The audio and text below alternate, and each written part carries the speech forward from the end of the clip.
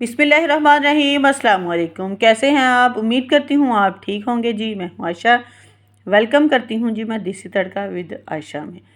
तो आज जी ਤੁਹਾਡੇ वास्ते मैं लैके आई हाँ जी क्रीम चाट की ऐसी रेसिपी ਜਿਹੜੀ दूसरे लोग ਜਿਹੜੇ ਨੇ ਉਹ नहीं बनाते। ठीक है, सब की रेसिपी अपने अपने अंदाज के नाल डिफरेंट होंगी है तो मैं डिफरेंट तरीके के नाल बनावांगी। ठीक है, ज़्यादा जो चीज़ें हैं वो मैं नहीं डालती, बस नॉर्मल सी जो आपको अफोर्ड कर सकते हैं आप, वो बस जो घर में भी तकरीबन मौजूद होती हैं, इन्हीं से मैं जो है ना क्रीम चाट की रेसिपी आपके साथ शेयर करूँगी। ठीक है जी।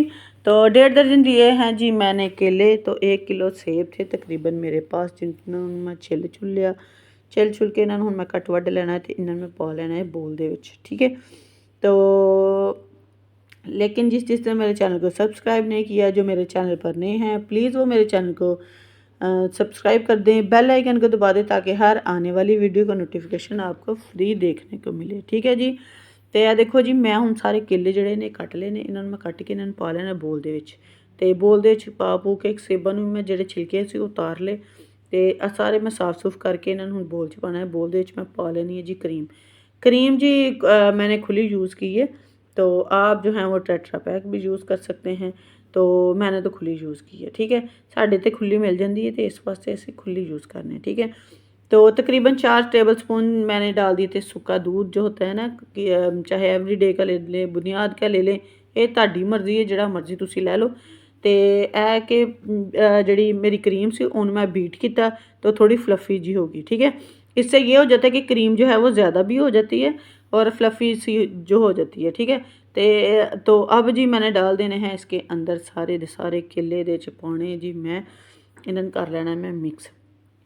इन्नी बिल्कुल आसान, कोई भी अनजान लड़की है, मतलब कि कोई हाउस वाइफ है, तो वो भी ये जो मेरी रेसिपी है वो आराम से बना सकती है। ठीक है, बच्चे भी बना सकते हैं, इन्नी आसान रेसिपी है मेरी।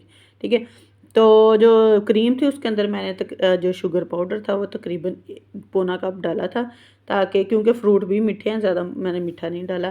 तो क्रीम में मैंने पहले डाली थी जी शुगर, वो भी मैंने पाउडर फॉर्म में ली थी, और इसे मैंने अच्छे तरीके से बीट किया जिससे ये फ्लफ़ी होगी। तो फिर जी मैंने इसके अंदर डाल दी। ठीक है, हम सेब ते केले पा ले। मैकरोनी मैं तकरीबन जी 1 कप लिया से 1.5 कप लिया मैं मैकरोनी दा, नहीं बॉयल कर के वो भी ये पा दी है। ठीक है, तो इन्नी क आसान तरीके नाल बनदी है ना, तुसीं ज़रूर बनाओ तो ज़रूर ट्राई करो। इन्नी क मज़ेदार बनी सी मेरी रेसिपी, वेखण च बिल्कुल सादी सी लेकिन बहुत मज़ेदार बनी सी। ये जी है किशमिश। किशमिश को मैंने तकरीबन 1 घंटा पहले फ्रिज में रखा था, धो के साफ़ सूफ करके मैं रख दी था फ्रिज में ताकि कड़क हो जाए। ठीक है, तो 7 से 8 मैंने खजूरें ली थी, वो भी मैंने तकरीबन एक खजूर के मैंने 4-4 पीस किए, वो भी विच पाते। काजू भी मैं विच पाते, बादाम भी पाते जी, सारा कुछ मैं विच पा पू के जी फिर मैं इसको कर लेना। फिर मैंने मिक्स अच्छे तरीके के साथ। ठीक है, तो आ देखो जी, सिर्फ आ इन्नी क गल सी जिहदे विच मेरी जिहड़ी रेसिपी वो हो गई है तैयार।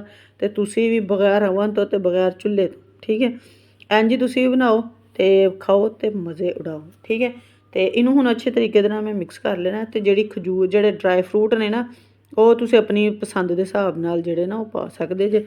तो ये नहीं है कि आप मैंने जितने डालें उतने ही डालें, अगर आप ज़्यादा चाहें तो ज़्यादा डाल लें। अगर तुहाडे कोल नहीं तुसीं अफोर्ड कर सकते तो तुसीं ना पाओ, इंज ही खा लो, बड़ी मज़ेदार बनदी है। ठीक है, तो ये जी मैंने कर दिया है बिस्कुट डिश आउट। तो मिलती हूँ जी मैं आपको अब अगली नई नेक्स्ट वीडियो में। ओके जी, अल्लाह हाफिज़। अगर मेरी वीडियो आपको अच्छी लगे तो लाइक करें और कमेंट में बताएं कि मेरी क्रीम चाट की जो रेसिपी है वो आपको कैसी लगी और कैसी नहीं। ठीक है जी, तो ये आप बनाएं, दूसरों को खिलाएं। ओके जी, मिलते हैं।